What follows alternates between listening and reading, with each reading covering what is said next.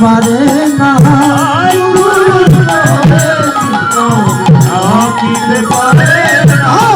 গুরু মাতা গুরু পিতা গুরু হরপতি,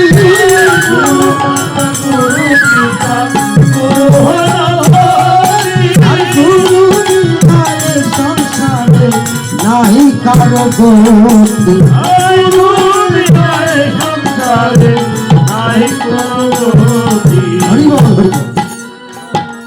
গুরু দেখতে কেমন? এই যে কিছুক্ষণ আগেই তো এক গুরুদেব এসেছিলেন। একজনের গুরু মানে সবার গুরু, এই জ্ঞানে তাকে শ্রদ্ধা করতে হবে। এই জ্ঞানে শ্রদ্ধা না করলে হৃদয়ে ভক্তি জাগবে না। শাস্ত্রে এটাও বলেছে আমাদের ধর্মের মূল ভিত্তি বাবা কিন্তু ভক্তি। ভক্তি নাই, শ্রদ্ধা নাই, ধর্ম নাই। শ্রদ্ধাহীন ব্যক্তি জগতে বারবার অবতীর্ণ হন, এই দুঃখময় সংসারে আসে। আর যারা শ্রদ্ধাবান ভক্তিবান তারা গোবিন্দকে প্রাপ্ত লাভ করে। তাই গুরু হচ্ছে মনুষ্য, মানুষ দোষে গুণী। ভগবান যখন অবতীর্ণ হন তিনিও কিন্তু কিছু দোষ গুণ নিয়ে পৃথিবীতে অবতীর্ণ হন।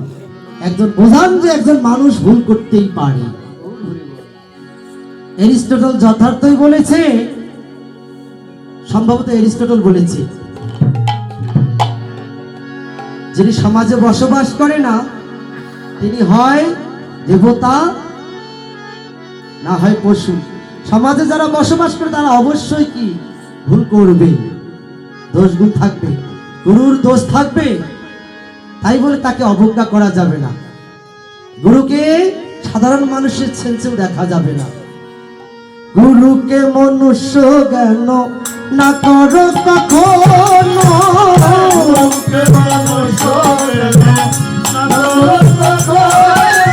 গুরু নিন্দা কবু করবে না করো শ্রবণ,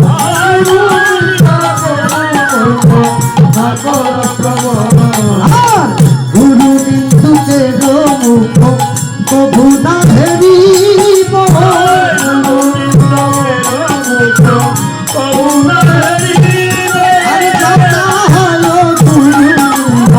কথা না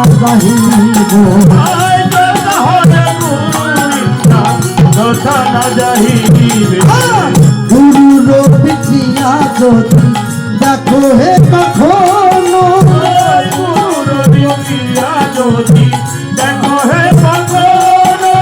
তথাপি অবজ্ঞা নাহি করো কথা চরণ।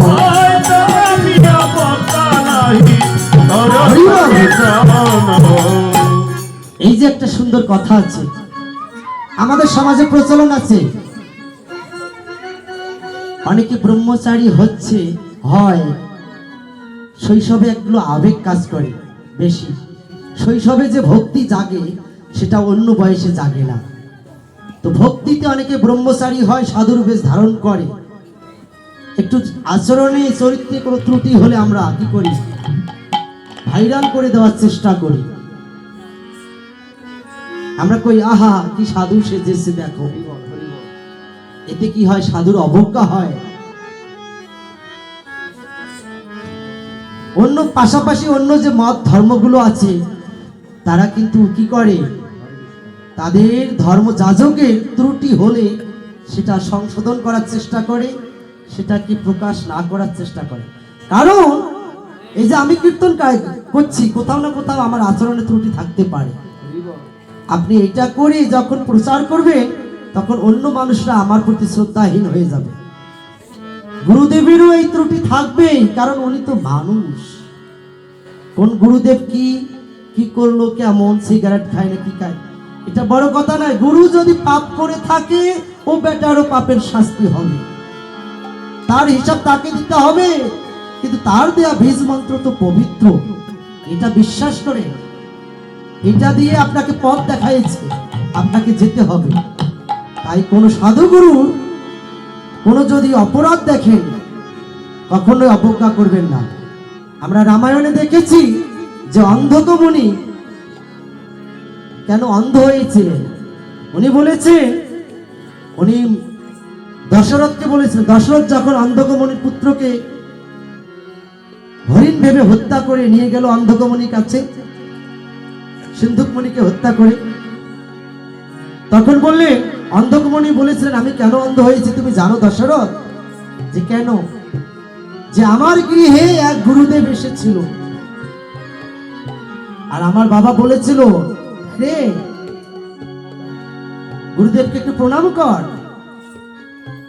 কিন্তু গুরুদেব ছিল একটু, গুরুদেব সাধু সন্ন্যাসী মানুষ তো বেশি গা পায়ের যত্ন নেয় না। তারা তো, তাদের মধ্যে কামনা বাসনা নাই, তারা তাদের ইন্দ্রিয় ভোগের আশা করে না, তাই তারা নিজেকে সাজায় না, যার কারণে দেহের চর্ম হয়ে যায় মসৃণ, একটু উস্কে খুশকে হয়ে যায়।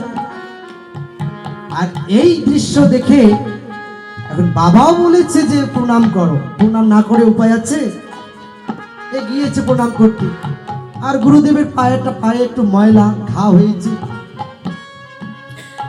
প্রণাম করতে যাবে, নাকটা তো কাছাকাছি আসবে, বাবা আসবে কিনা, চোখ বন্ধ করে প্রণাম করেছে, মানে তার প্রণাম করার ইচ্ছা ছিল না, জোর করে বাবা প্রণাম করাইছে। গুরুদেবও আশীর্বাদ করেছে, তুমি যেমনটা করে প্রণাম করেছো তোমার মনের আশা পূর্ণ হোক, তোমার তেমনই হোক। সেই থেকে অন্ধ হয়েছি আমি। কোন গুরুদেবকে অবজ্ঞা করতে নেই, অবহেলা করতে নেই। হরিভক্তি বিলাসে আরো বলা আছে, যদি কোন সাধু গুরু বৈষ্ণবকে অবজ্ঞা করা হয়, সারা জীবনের সঞ্চিত পুণ্য বিনাশ হয়ে যায়।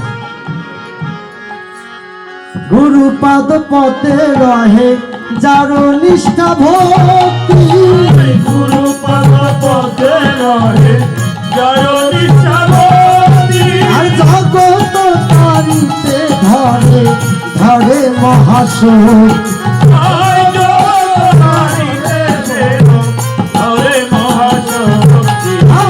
শ্রী গুরু চরণ কত রীতে করবি আসন,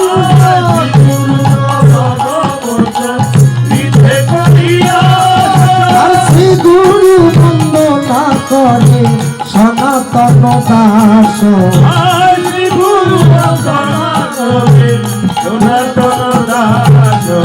সনাতন দাস হে, সনাতন দাস হে, শ্রী গুরু বন্দনা করে সনাতন দাস হে।